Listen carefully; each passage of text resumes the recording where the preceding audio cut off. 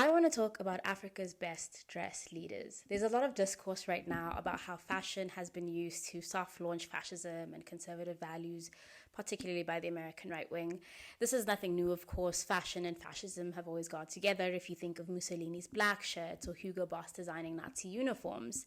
Similarly, Africa's most influential leaders have long understood the power of image making, long understood the need for a sartorial signature look that is instantly recognizable, like Mandela's silk shirts, Patrice Lumumba's leopard hat, or Kwame Nkrumah's use of agbada.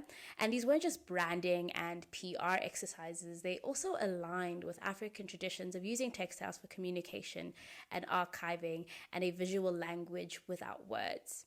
And whether or not you agree with their ideology, the most influential and impactful of these politicians, activists, and presidents have always strategically employed fashion to either demonstrate anti-colonial resistance, celebrate Pan-African unity, revive ancient traditions, court Western allies, or cultivate a personal mythology.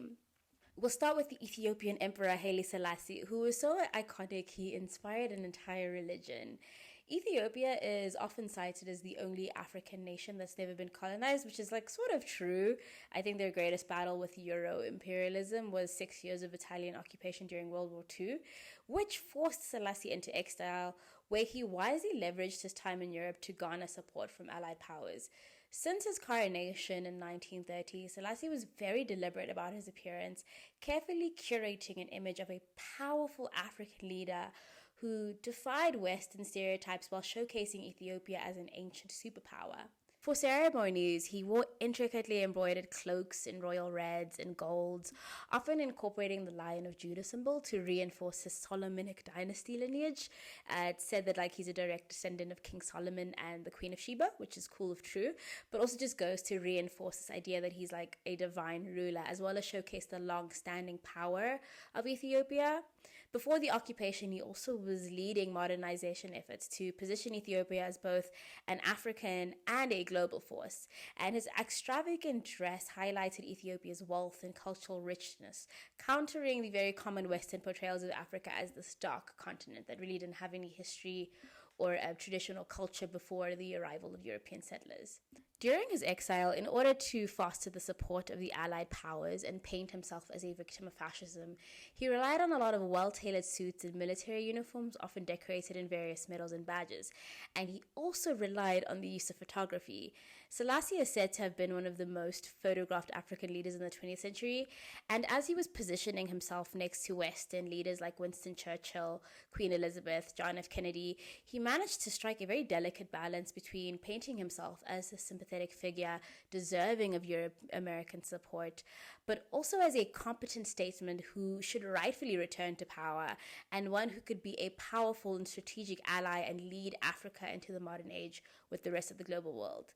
And Selassie's use of tailored suiting to sort of appeal to this Western context reminds me a lot of South African president, or former president, Thabo Mbeki as well.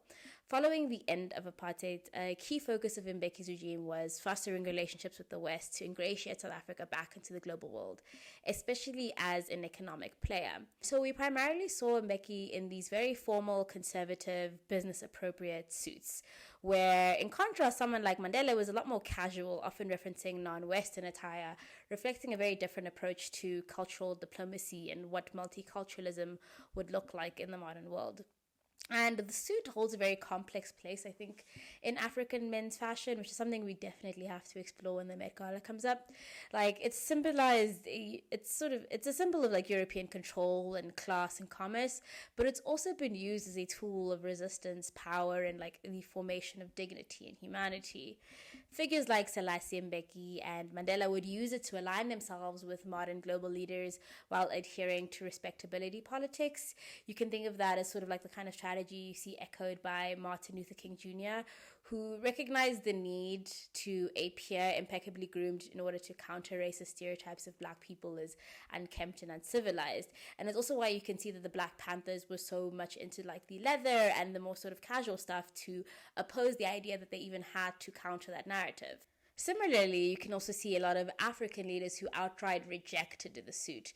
You have Thomas Sankara, who during his presidency in Burkina Faso was championing a lot of self-sufficiency and national pride, banning sort of the Western suit or attire in the workplace, and making Faso Dan Fani the national cloth, which also became mandatory for public servants. Similarly, Mobutu Sese Seko of Congo banned the suit in favor of the abacost, which is short for abat, les costumes, or down with the suit. And this is a Mao-inspired jacket that's buttoned to the neck, and it's also designed in such a way to become more egalitarian and create a sense of equality or remove the ideas of class distinction in dress. And he often paired this with animal skins for a sort of like African influence. And ironically, this communist aesthetic was accompanied by the looting of state funds to enrich himself at the expense of his people, something we still see to the way that Congo is exploited and taken advantage of today. This also contributed to the birth of LESAP, the League of Extraordinary Congolese Gentlemen, who used flamboyant suiting and dandyism to both challenge colonial ideologies as well as Mobutu's dictatorship. You might also view Mobutu's abacost not so much as cosplaying as communist, but seeking to also have a look that's very distinct from his predecessor, Patrice Lumumba, who he usurped. Lumumba, very much a really iconic African leader, embraced the suit, but would still add local elements like the sort of fez kufi hat. And what's interesting in his use of suits is that he tended to go for these very slim ties and these long line blazers, which I don't think was very popular in contemporary Western fashion of the time. And while I'm not super versed in menswear, especially of like mid-century, this kind of like very slimmer line suit reminds me of the kind of two-piece things that I've seen in Central and West African countries. And there's a part of me that wonders if this might also be reflective of a very specific continental take on suits. It reminds me of a lot of some of the examples of things I've seen in Senegalese and Ivorian traditional and like modern contemporary dress. But like I said, it's a very complicated garment and it has a lot of very different interpretations. And I think a lot of people will disagree on how much you can indigenize or interpret or reappropriate this kind of thing. But I think it's significant how different leaders decide when it is strategic to use it or reject it. Take the example of Kwame Nkrumah, who had the very grand burden of being the first elected official of a liberated African nation. And you see how he gradually came to incorporate more traditional West African fashion, like agbada, fugus, and dashikis in kente and commemorative cloth. And I say West African and not Ghanaian specifically because I think he also played on how shared some of these silhouettes and textiles are to reflect his pan-Africanism, using dress to visually display the sort of shared history and value across different states and sort of going against a lot of divide and conquer tactics.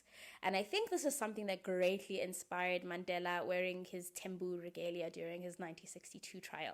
I believe it was the Rivonia trial, but I mean, that man was going to court a lot. It could have been any one of them.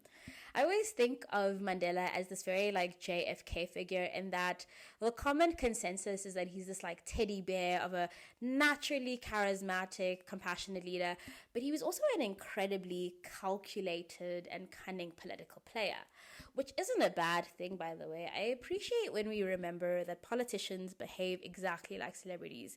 They make a series of thoughtful and conscious decisions to appeal to us emotionally and establish parasocial relationships, and all of that's to foster either our political, economic, or social support. Joe Matthews, who was roomies with Mandela for a time, describes how careful Mandela was about his outfits. To PBS, he had said, "What I can tell you is that a white silk shirt on Nelson Mandela is different from a white silk shirt that we have. His is really white, and yours is not quite the right white. He's a meticulous dresser, and he picks his clothes, so it means he gives it thought. Whereas most of us, you go into a shop, you buy a suit."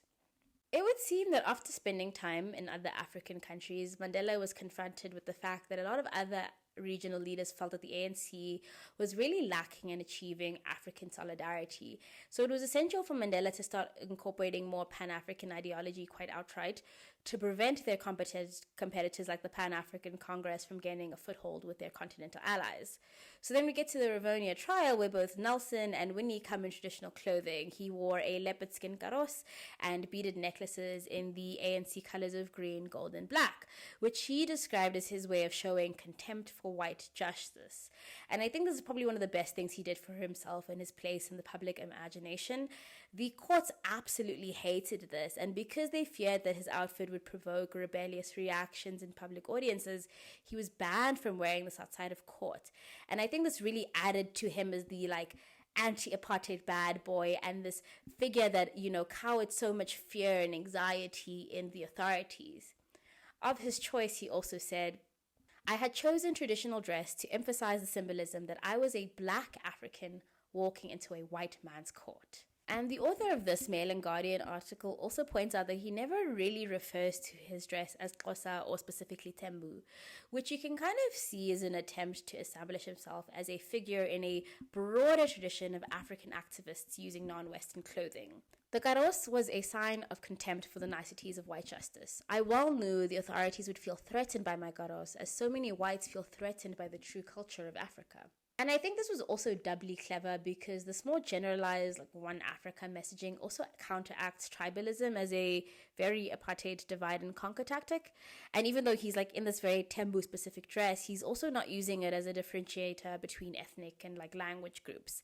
But I have also seen it suggested that this could also be seen as leaning into that exact same tribalism, and it might be why we never really see him in traditional dress again, which isn't to say that he never ever wore it again, but I'm just kind of saying that when we think of Mandela, we don't really think of Xhosa regalia, we think of the Madiba shirt, which is also a very fascinating approach to communicating a kind of post-colonial theory. These shirts were made from Indonesian batik fabrics, I think either cotton or silk depending, and I'll probably talk about it a lot more later, but it's quite interesting how Mandela, this Xhosa man, adopted an Indonesian textile as kind of his uniform, considering how shweshwe, which also has Indonesian roots, is quite a key part of traditional dress, not just for Xhosa people, but many Southern Africans. And I've also been already looking for more links between Southern African and Indonesian fashion. One of the visual parallels I found are these apron tops that you see in both traditional Xhosa and Javanese dress. And it presents a really interesting idea of how countries with similar histories of occupation and colonialism, this time Dutch, could find more ways to connect through uniting over shared history, but also looking at things that are shared outside of whiteness and imperial influence. But that is a conversation and possibly a sewing project for another day, but just something fun to think about, or just sort of a deeper level to what was just this really beautiful shirt to me. Each leader that I've discussed in their own way have understood that fashion is never just about clothing. It's not just about function. It's a language of power, resistance, and identity. And hopefully by now you would have noticed that this conversation about African political fashion has been very male-centric. And that's kind of on purpose. I wanted to specifically focus on how men have utilized fashion because of how often fashion is dismissed as trivial and superficial. And that's primarily because it's so greatly associated and dominated by women. I mean, not in the positions of power that matter, like C-suites and stuff, but in terms of being representative of the labor force, being the greatest consumers, being the people that retain culture. As a society, we continuously dismiss the skill, craft, and labor of clothing because we continuously dismiss women. So it's interesting to me that this is the consensus when it's clear that these men that I've mentioned, who are very highly respected by the same people who will often belittle fashion, were also some people who understood how important fashion was. Especially when you consider that fashion in Africa has historically also been a domain of men as well. In the past, a lot of the dyeing of fabric, the processing of leather, the weaving, and even the wearing of the more extravagant or intricate clothing were incredibly masculine activities. And in that way, this investment into fashion, into how you look, into your sartorial traditions by African male leaders can also be seen as another form of opposing Western dogma. And that's not to discount the role of women in all of this, especially because I'd hate to fall into the same trap of making Black women invisible, while they're such an essential part of making many and any political movement work.